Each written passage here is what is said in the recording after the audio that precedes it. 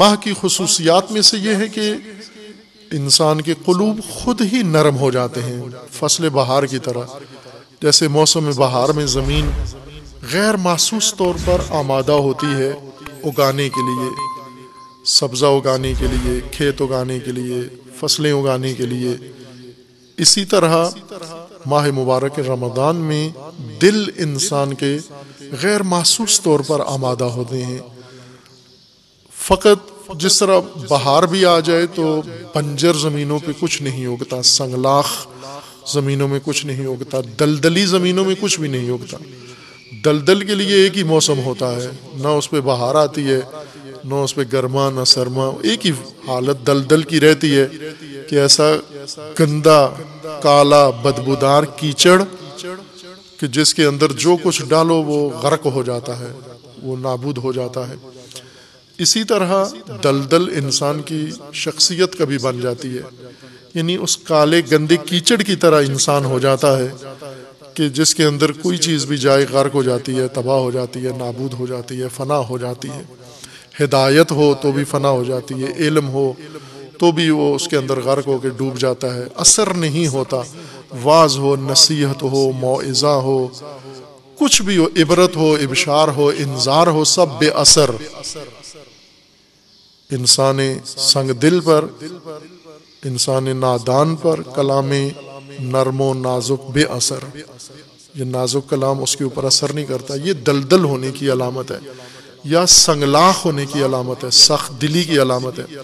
جس طرح قرآن کریم نے بیان فرمایا ہے کہ تمہارے دل پتھر ہو گئے، بلکہ پتھروں سے بھی سخت ہو گئے، کل حجارہ او اشد قسوتاً، پتھر بن گئے تمہارے دل، ثم قست قلوبکم، تمہارے دل اتنے سخت ہو گئے، فہی کل حجارہ، پتھر ہو گئے، چٹان کی طرح ہو گئے، او اشد قسوتاً، یا اس سے بھی زیادہ سخت ہو گئے۔ چٹان کے اوپر ماہ رمضان آئے، بہار آئے، چٹان پہ کوئی اثر نہیں ہوتا، چٹان کی خزاں ہی ہوتی ہے۔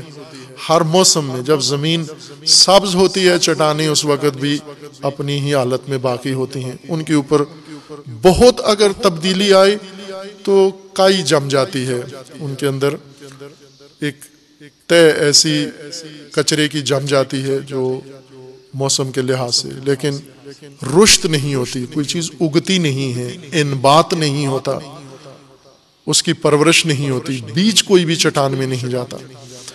ایسے نفوس، ایسے دل ماہ مبارک رمضان جب آتا ہے جو گندے کیچڑ کی طرح، دلدل کی طرح ہیں اور جو چٹان کی طرح ہیں، ان پر ماہ رمضان آتا ہے، انہیں محسوس بھی نہیں ہوتا کہ دل نرم ہو گیا ہے۔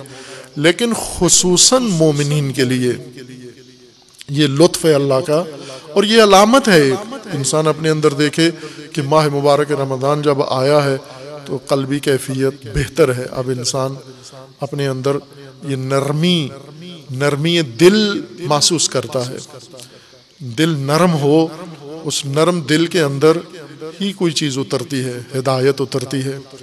دل کی نرمی اور جسم کی نرمی میں فرق ہے، نرم جسم اور خصوصیت رکھتا ہے اور نرم دل علیحدہ خصوصیت رکھتا ہے۔ جسم انسان کا ہوتا ہے، بعض انسانوں کے جسم سخت ہیں، بعض انسانوں کے جسم نرم ہیں۔ نرمی جہاں بھی ہو، اس کی خصوصیت یہ ہے کہ اس میں پذیرش ہوتی ہے، نرمی میں قابلیت ہوتی ہے کسی چیز کو قبول کرنے کے لیے۔ جتنی لکڑی سخت ہوگی اس میں میخ اتارنا مشکل ہوتا ہے، لکڑی جتنی نرم ہوگی اس میں میخ اتارنا آسان ہوتا ہے۔ دیوار سخت ہوگی اس میں کوئی چیز نہیں اترتی، لیکن دیوار نرم ہو اس میں ہر چیز انسان اتار سکتا ہے۔ اسی طرح نرم دل میں ہدایت جاتی ہے، نرم دل میں تقویٰ آتا ہے، اور ماہ مبارک رمضان دل کی نرمی کے لیے ایک بہار ہے، دل کی نرمی کے لیے اللہ تعالیٰ نے یہ اہتمام فرمایا ہے۔ خصوصاً روزہ، اس کے اندر جو واجب ادب ہے اور واجب فریضہ ہے۔